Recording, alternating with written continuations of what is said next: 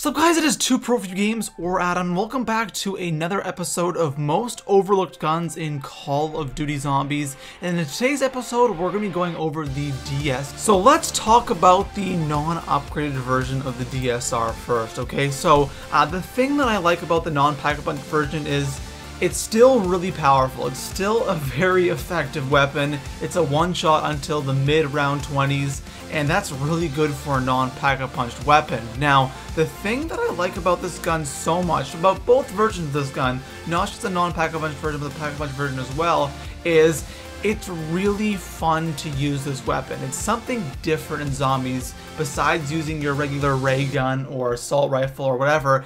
It's really fun to use this weapon, and it's great when you have a fun weapon that's really effective, okay? So let's take a look at some of the stats for the DSR 50, okay? So the fire mode is bolt action, the rate of fire is 50 RPM, the magazine size is 4, the max ammo is 48 plus 4 in a clip, and the mobility for this weapon is medium. So we all know that the pack-a-punched version of the DSR is what makes this gun so powerful and really so overlooked, okay? So the pack-a-punch version of this weapon is called the Dead Specimen Reactor 5000, and let's look over the stats really quick, and then I'm going to give my opinion on this weapon, okay? So the rate of fire stays the same at 50 RPM, the rate of fire mode is also bolt action, the mag size goes from 4 to 8, and then your max ammo is 96 shots with, of course, 8 shots in the clip, so you'll have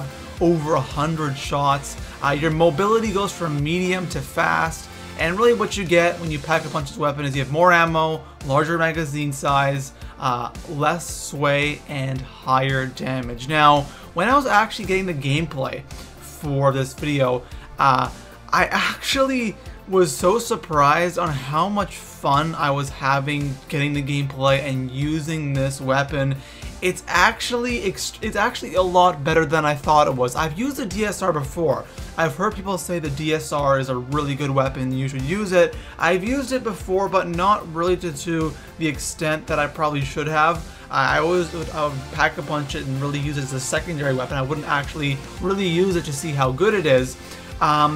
But when I just played with the DSR only, it surprised me on how powerful this weapon is.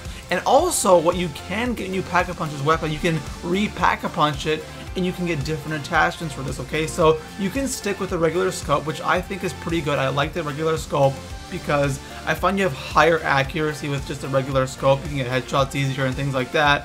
Also, you have the suppressor. I actually used the suppressor for a bit, and really it's not that bad. It really doesn't feel like there's any damage difference. It just kind of looks cooler when you have the suppressor on.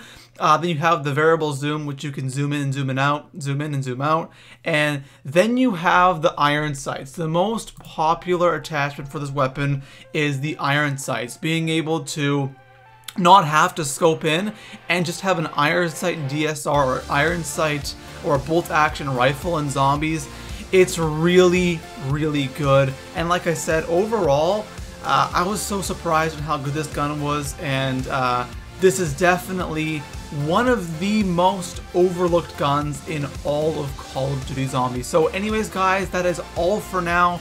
Please leave this video a thumbs up, and I want to remind you we have one more episode left of Most Overlooked Guns, and in the 10th and final episode, it's going to be, the weapon that's going to be there is what I think is the most overlooked gun in all of Call of Duty Zombies. Peace out.